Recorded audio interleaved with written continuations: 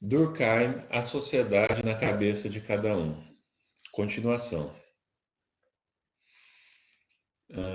É como se houvesse dois de nós dentro de nós. Então, para Durkheim, é como se dentro de minha própria cabeça houvesse o meu ser individual, que é aquilo que eu mesmo penso, e uma espécie de ser coletivo, que é o julgamento do resto da sociedade pensando dentro de minha própria cabeça.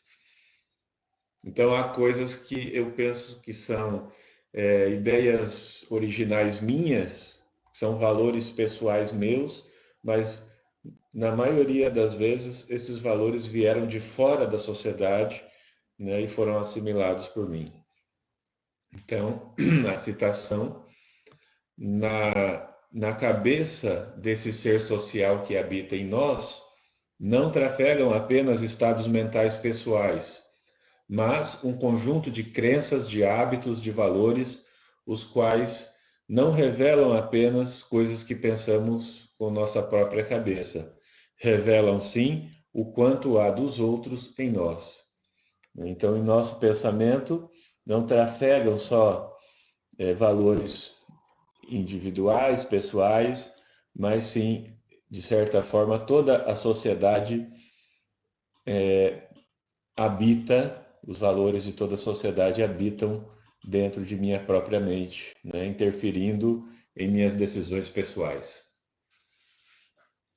Próxima citação.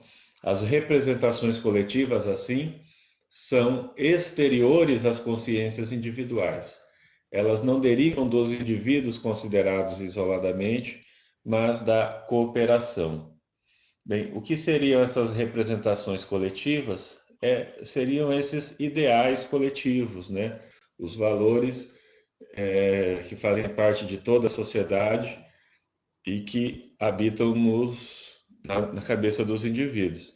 Então, o que está dizendo aqui é que a origem dessas representações coletivas está no fato das pessoas terem que cooperar umas com as outras para conseguir sobreviver, né? Para conseguir o seu alimento, a sua proteção, a sua moradia mais facilmente.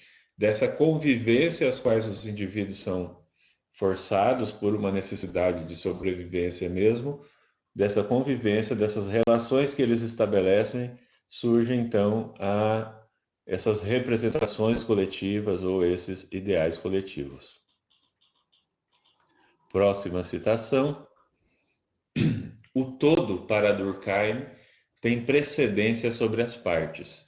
Quer dizer, o todo domina mais os indivíduos, a sociedade tem maior poder sobre os indivíduos do que o indivíduo tem poder sobre a sociedade. É isso que quer dizer. O todo, a sociedade, tem precedência sobre as partes. A sociedade tem vontade própria. Olha só, não são os indivíduos, não há um indivíduo que controle a sociedade, pensa Durkheim. Aquela ideia de teoria da conspiração, que poucos indivíduos controlariam tudo, Durkheim não concordaria. Ele iria dizer que é a sociedade, sim, que controla os indivíduos. Então, a sociedade tem vontade própria. Ela pensa, sente, deseja, embora não possa pensar, sentir, desejar e principalmente agir, senão através dos indivíduos. A consciência coletiva existe através das consciências particulares. Cada uma não é nada sem a outra. Então, tem as consciências particulares e a consciência coletiva, que é a consciência de toda a sociedade. Para fazer uma analogia para a gente entender, a gente poderia pensar na relação entre cada uma das células do nosso corpo e o todo do nosso corpo. O nosso corpo não existe sem cada uma de suas células. Ele precisa das células para sobreviver. Ao mesmo tempo, o corpo é mais do que cada uma das células, assim como a sociedade é mais do que o indivíduo, né? E a célula se separada do corpo, o indivíduo se cortado da sociedade, isolado, a tendência é que ele não sobreviva. assim como a célula que é cortada do corpo. Então, nesse sentido, um precisa do outro, mas o indivíduo não seria absolutamente nada, não seria nem mesmo humano, seria talvez no máximo um animal, se não fosse desde cedo inserido através do processo educativo no modo de ser, nos valores de alguma sociedade.